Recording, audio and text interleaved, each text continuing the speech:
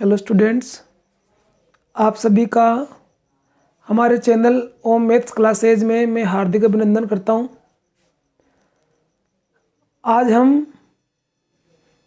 कक्षा 12 में प्रश्नमाला 6 सततता और अवकलनीयता, इसकी जो विविध प्रश्नमाला है उसके सवाल हल करने जा रहे हैं। तो देखो, अब इसमें पहला सवाल है, यदि फलन f(x) बराबर x² - 9 बटा x - 3 x बराबर 3 पर संतत है तो f3 का मान क्या होगा। ये मान हमें निकालना है। इसमें ऑप्शन दिए हुए हैं तो अपन तो इसको हल ही कर लेते हैं। यहाँ अब संतत है फलन, यदि फलन संतत है तो f बिंदु 3 पर निकालना है तो मैं 3 - 0 लिख दूंगा, और f3 3 - 0 3 + 0 और f3, ये तीनों बातें बराबर होती है। इसमें तीनों तथ्य बराबर होंगे। अब ये आवश्यक नहीं है हम तीनों को हल करें। जब संतत होता है तो इनमें से हम कोई भी दो पक्ष हल कर सकते हैं। यहाँ पर ये f3 का मान हमको फाइंड करना है तो ये तो लेना ही पड़ेगा, चाहे इधर से दोनों में से कोई सा भी ले लो, पर ये तो हमें लेना ही है। तो देखो, अब इसको अपन लिखते हैं लिमिट में, लिमिट h टेंड्स टू 0, और मैं तो ये दोनों ले लेता हूँ यहाँ, f3 + h, और इसमें हो जाएगा इधर वाले में f3 है। अब ये मान इसमें रख देंगे हम, लिमिट h टेंड्स टू 0, और इसकी जगह रख देंगे x की जगह 3 + h का होल स्क्वायर - 9 बटा 3 + h - 3, और इधर ये f3 है, या लिमिट h टेंड्स टू 0, इसका होल स्क्वायर अपन ओपन करेंगे तो क्या हो जाएगा, a² + 2ab और फिर प्लस b², इधर है माइनस के 9, इधर ये -3 + 3 दोनों कट जाएंगे, अपॉन में रह गया h, इधर आ गया f3। इसको आगे सॉल्व करते हैं तो 3 का स्क्वायर हो जाएगा 9, प्लस ये हो गया 6h प्लस h² और -9 अपॉन h, 9 से कट जाएगा 9, इधर है f3, limit h tends to 0, इन दोनों में से h कॉमन ले लेंगे तो यहाँ रह गया आप 6 + h अपॉन h, इधर ये कट जाएगा, इसमें इधर आ गया f3। अब इसकी लिमिट ले लो, लिमिट लेने पर क्या होगा, लिमिट लेंगे तो ये 0 हो जाएगा h, यहाँ बच गया केवल 6, और इधर आ गया f3। तो इस प्रकार से f3 की वैल्यू हो गई 6, ये इसका आंसर होगा। अब देखिए नेक्स्ट क्वेश्चन वाला है सवाल नंबर 2, ये भी संतत है x बराबर 0 पर, तो हमें m का मान ज्ञात करना है। तो उसी प्रकार से हम लिख देंगे कि दिया है फलन संतत है, अतः f 0 पे करना है ना, तो 0 + h ले लो या 0 - h ले लो, हमें मान m का निकालना है। तो m चाहिए तो m देखो इसमें 0 पर है ही, तो एक हम इधर f0 ले लेते हैं, क्योंकि जब दायां बायां लेते हैं तो इसमें तो m है नहीं, तो इनमें से तो कोई भी एक ले लो, इसमें है ये m तो ये ले लेंगे। अब ये इसको अपन लिमिट में लिखेंगे, लिमिट h टेंड्स टू 0, और यहाँ पर लिख देंगे f, यहाँ तो लिमिट में हो जाएगा ये f 0 + h, और इधर हो गया f0। यहाँ पर हमको 0 लिखना चाहिए, 0 + 0, यहाँ 0 + h आ जाएगा।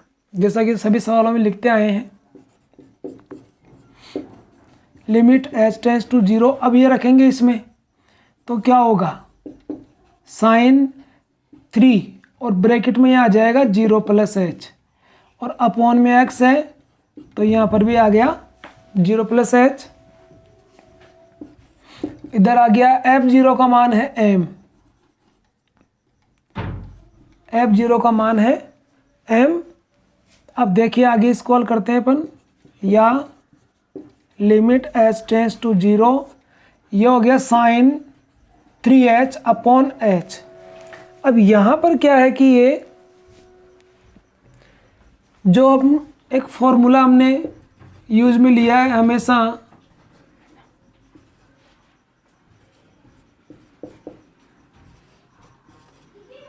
ये जो हमने लिया है फॉर्मूला, ये इसमें नहीं बन रहा है।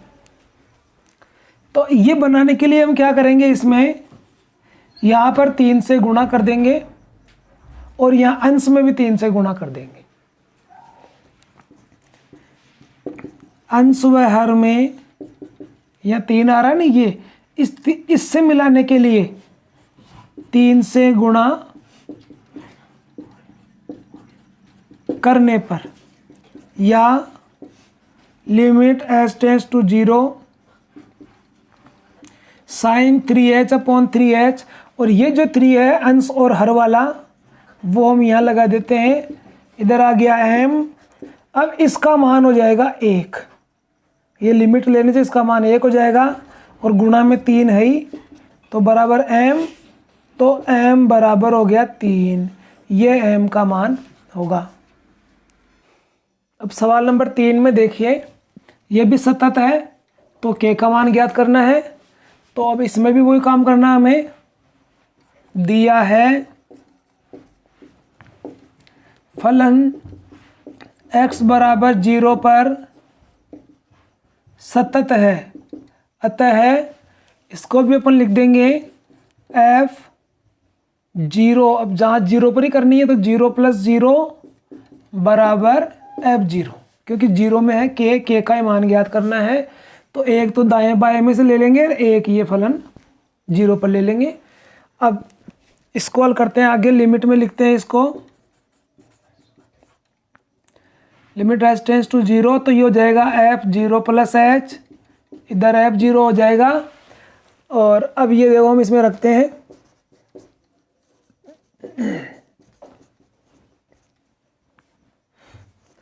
log, ये जो 1 प्लस mx है,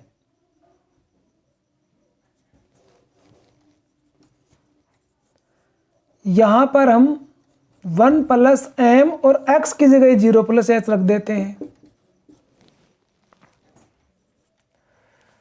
इधर फिर माइनस में log, और फिर यहाँ 1 माइनस में है n, 0 प्लस h रख देते हैं, अपॉन में x है, x की जगह भी 0 प्लस h रख देते हैं। तो इधर और इधर आ गया k, f0 का मान आ गया k। Limit h tends to 0 log, ये हो गया 1 प्लस, इससे गुणा होगा तो ये हो गया mh। अब इसको छोटा ब्रैकेट बना देता हूँ, log 1 प्लस mh माइनस, इधर ये हो गया log 1 माइनस nh, अपॉन में आ गया ये h, और बराबर में है k। अब ये देखो log वाले फॉर्मूले हैं, तो ये दोनों फॉर्मूले हैं log के, माइनस का और प्लस का दोनों है। तो वैसे तो सेम है, x minus x square upon 2 plus x3 upon 3, यूँ चलता रहेगा। लेकिन जब यहाँ माइनस होगा तो शुरुआत में माइनस है, इसमें सारे ही पद माइनस है, इसमें एकांतर में चल रहा है प्लस माइनस। तो ये दोनों फॉर्मूले इनमें लगा देते हैं। फॉर्मूले तो हमें याद रखने पड़ेंगे। लिमिट h टेंस टू 0, देखो अब इसका प्रसार करते हैं उससे, तो x माइनस एक्स स्क्वायर, अब x की जगह इसमें है mh, तो यहाँ आएगा mh minus M square H square upon 2 plus M cube H cube upon 3, फिर इधर ये चलता रहेगा, इधर फिर ये माइनस में आ गया एन एच। अब इसमें सब ये माइनस का, सब माइनस के आएंगे तो ये भी माइनस का है, फिर ये भी माइनस का है, N square H square upon 2, फिर ये भी minus N cube H cube upon 3, यूँ चलता रहेगा ये। और इधर ये 0 पर मान इसका के दे ही रखा है, इसमें बुक के चल रहा है। अब इसमें क्या करेंगे हम, अपॉन में एच और है इसके,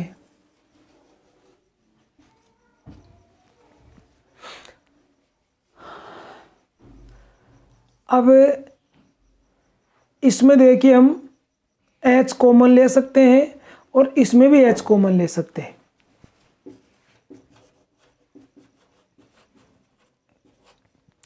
इनका h कॉमन आएगा यहाँ, तो इसमें बच गया, इन सब में से पर मान लो h कॉमन ले लेते हैं तो यहाँ बच जाएगा m माइनस, और ये बाकी का अब इधर जो है एम स्क्वायर एच बच जाएगा, क्योंकि एच स्क्वायर में से h बाहर आ गया ना, अपॉन 2। इस प्रकार से आगे के स्टेप चलते रहेंगे और फिर ये डैश डैश आ जाएगा बीच वाला पद,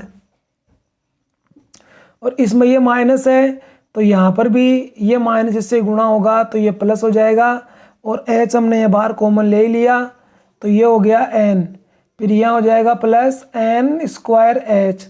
इस प्रकार ये पद चलते रहेंगे, अपॉन में आ गया h, बराबर में आ गया k। अब ये h इस h से कट जाएगा।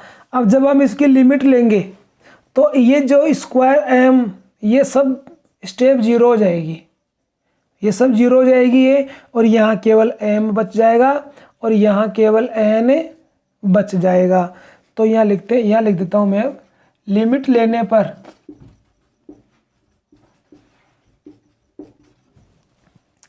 इधर ये हो जाएगा, यहाँ m बच जाएगा और प्लस इधर बच जाएगा n, और इधर है k, तो ये k का मान हो गया m प्लस n। अब देखिए सवाल नंबर 4 में एफ एक्स दिया है, x प्लस लेमडा जब x 3 से छोटा है, x बराबर 3 पर 4 है, और जब बड़ा है तब इसमें ये दिया है 3x माइनस 5, x बराबर 3 पर सतत है तो लेमडा का मान ज्ञात करो। तो अब यहाँ हम लिख देते हैं वही, फलन सतत है अतः f3, अब वही -0 प्लस, अब इसमें हमको ये बायां पक्ष लेना पड़ेगा क्योंकि ये लेमडा बाएं पक्ष में ही है, तो 3 - 0 बराबर f3। अब ये इधर बड़ा पक्ष नहीं लेंगे, ये दायां पक्ष नहीं लेंगे, क्योंकि दायां पक्ष लेंगे तो हमें ज़्यादा हल करना पड़ेगा, इसलिए ये 3 पर मान ही ले लेते हैं इसका, तो हल कम करना पड़े। फिर लिमिट ले लो, limit h tends to 0 f3 minus h, इधर आ गया f3, या लिमिट h टेंड्स टू 0, अब यहाँ रख देंगे अपन, ये मान इसमें रख देंगे, इधर x की जगह 3 माइनस h हो गया प्लस लेमडा, इसमें रख दिया ये मान, और इधर f3 की जगह ये 4 है, यहाँ इसका मान 4 है।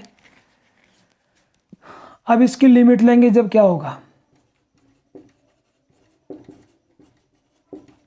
लिमिट लेने पर यह बच गया इधर 3 प्लस लेमडा बराबर में है 4, तो लेमडा बराबर 4 - 3 पक्षांतर हो गया, तो लेमडा का मान हो गया 1। अब देखो सवाल नंबर 5 में है, एफ एक्स बराबर कोट एक्स और x बराबर n π/2 पर असतत है, तो असतत होगा तो क्या होगा, असतत होगा तो इसके ऊपर इसका अस्तित्व नहीं होगा, इस पर फलन का अस्तित्व नहीं होगा। तो अब इसमें हम लिखेंगे, अगर कि अस्तित्व नहीं होगा तब हमें ज्ञात करना है भाई ये इसमें एन का मान क्या होगा, तो यहाँ लिखेंगे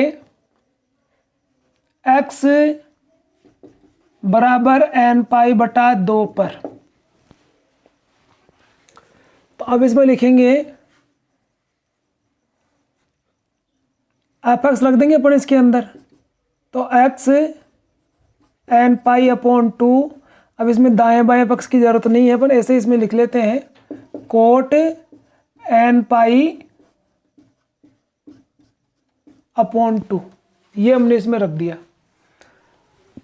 अब यहाँ हम देख रहे हैं कि कोट पाई अपॉन 2, तो मतलब कोट 90।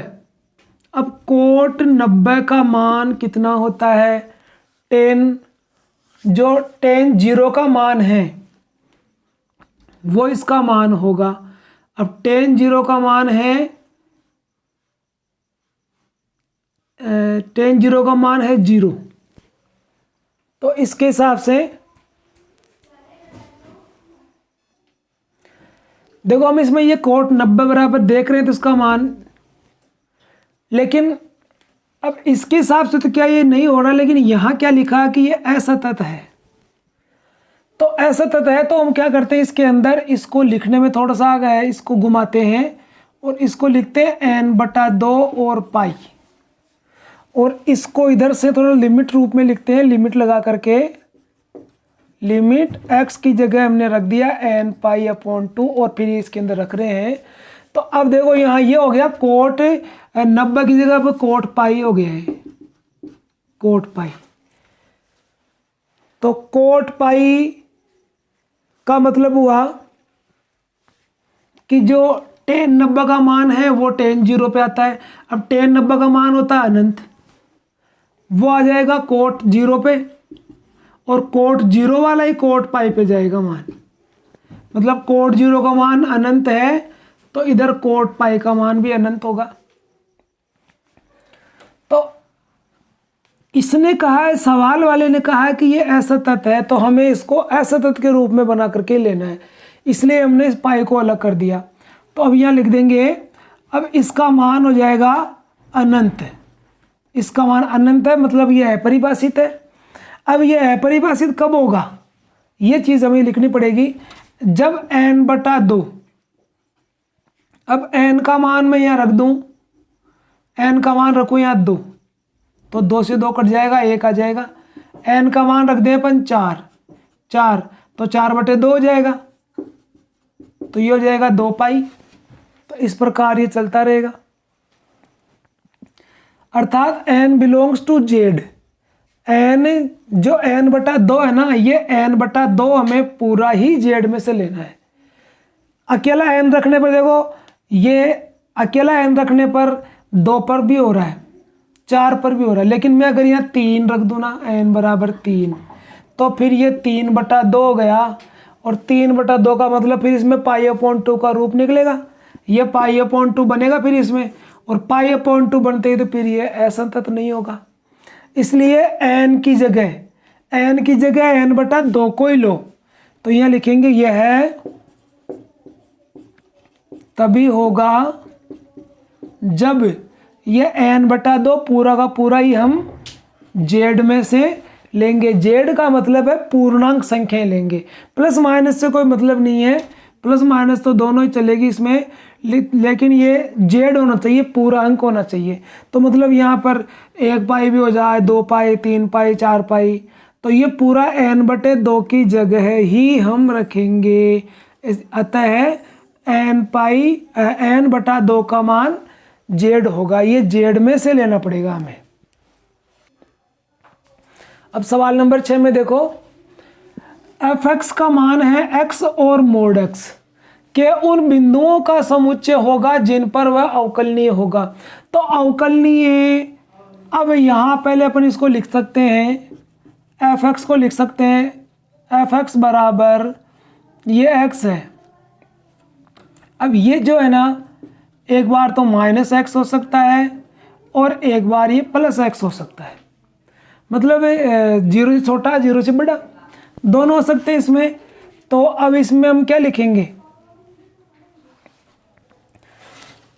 यहाँ पर ये जो मोड x है इसके अंदर x माइनस 0 है, तो हमें x बराबर 0 पर ही जांच करनी है। तो जब हम यहाँ 0 से छोटा रखेंगे तो ये माइनस का हो जाएगा, तो ये हो गया माइनस एक्स स्क्वायर, और जब प्लस का रखेंगे तो ये प्लस का हो जाएगा 0 से बड़ा, और x बराबर 0 इसमें हम रखेंगे नहीं, क्योंकि 0 रखते ही तो फिर ये पूरा 0 हो जाएगा। अब ये कब होगा और ये कब होगा, तो ये तो लिख देंगे यहाँ, ये तो x इज लेस देन 0 पे होगा और ये x इज ग्रेटर देन 0 पर होगा। इस प्रकार से ये इसके ये रूप बन जाएंगे, और इसमें अपन इसको इक्वल रेशियो करना पड़ेगा, मतलब 0 तक का मान जब इसमें रखेंगे ना, 0 तक का मान, तो ये पॉजिटिव रहेगा, मतलब इसमें 0 से कम करते ही तो फिर ये माइनस में हो जाएगा, और 0 से बड़ा रखेंगे जब ये प्लस का रहेगा, तो ये इक्वल भी इसमें ये रहेगा। अब देखो आगे इसमें अवकलनीयता की जांच करनी है अब की बार, तो अब इसमें अवकलनीयता सूत्र लगाएंगे हम।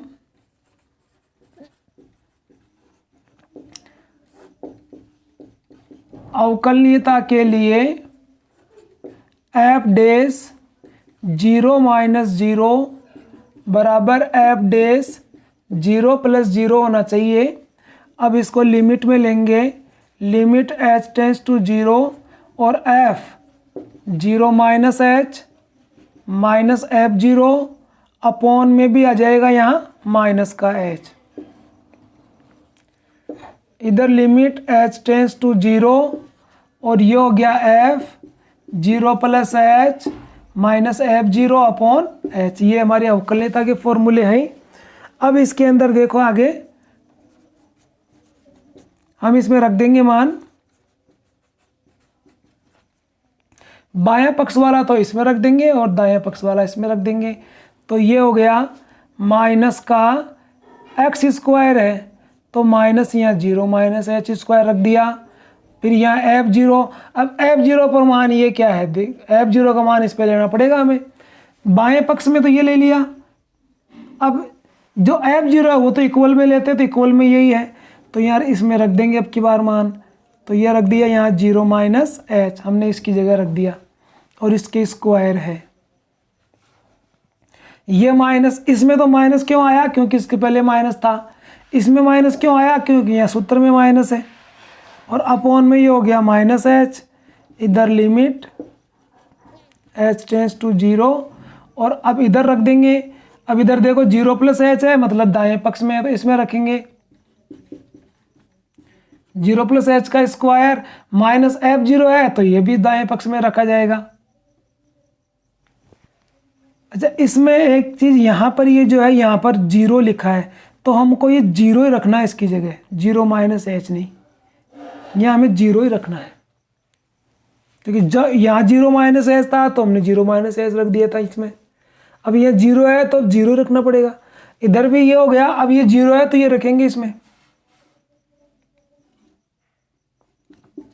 0 का स्क्वायर, ये हो गया।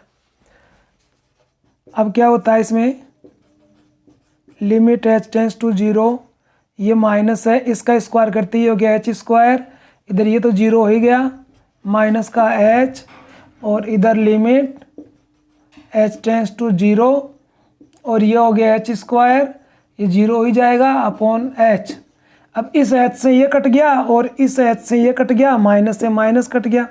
अब लिमिट लेंगे तो इधर भी 0 और इधर भी 0, दोनों पक्ष बराबर हैं, अतः यह फलन 0 पर या x बराबर 0 पर अवकलनीय है।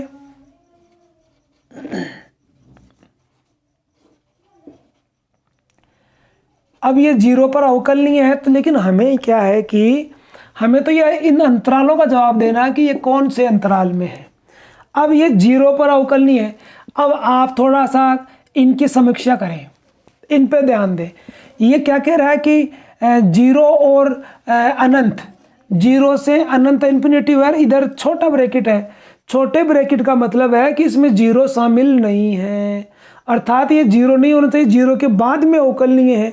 तो यहाँ तो बिंदु जीरो पर अवकलनीय आया, इसका मतलब ये पॉइंट गलत हो रहा है, ये इसका आंसर नहीं हो सकता क्योंकि इसमें जीरो पर अवकलनीय नहीं बता रहा है, जीरो के बाद में बता रहा है। बी वाले में क्या है माइनस अनंत से अनंत, तो इसके अंदर देखो जीरो शामिल है, माइनस अनंत के बाद में प्लस के अनंत के पहले और बीच में आ गया जीरो, इसका मतलब ये सही है क्योंकि जीरो पे अवकलनीय बता रहा है ये तो। और नंबर सी में क्या कह रहा है माइनस अनंत से जीरो, तो अब इसमें भी जीरो की तरफ छोटा ब्रैकेट है, अर्थात ये जीरो इसका भी शामिल नहीं है, तो ये भी कैंसिल। और इधर डी वाले में क्या है माइनस अनंत से जीरो और इंटरसेक्शन जीरो से अनंत, इनमें कॉमन बता रहा है, लेकिन वही बात आ रही है कि छोटा ब्रैकेट है। छोटे ब्रैकेट का मतलब है कि जीरो शामिल नहीं है, अर्थात जीरो पर अवकलनीय नहीं है। और बिंदु हमारा फलन जो है बिंदु x बराबर जीरो पर अवकलनीय आया है, इसलिए इसका ये नंबर बी ही इसका आंसर होगा। अतः माइनस अनंत से अनंत। अब देखो आज का अंक हमारा यही समाप्त होता है। अभी हमने इसमें सवाल 6 ही करे विविध में, और सवाल भी आगे करेंगे, लेकिन आपसे मेरी एक गुजारिश है कि जो भी सवाल करवाए जा रहे हैं समझाए जा रहे हैं अगर आपके समझ में आ रहे हैं और दिमाग में बैठ रहे हैं तो कृपया चैनल को सब्सक्राइब करें, लाइक करें, ताकि जो भी मैं वीडियो बनाऊं वो सबसे पहले आपके पास पहुंचे, इसलिए उस घंटी को भी दबाएं। इसी के साथ में धन्यवाद।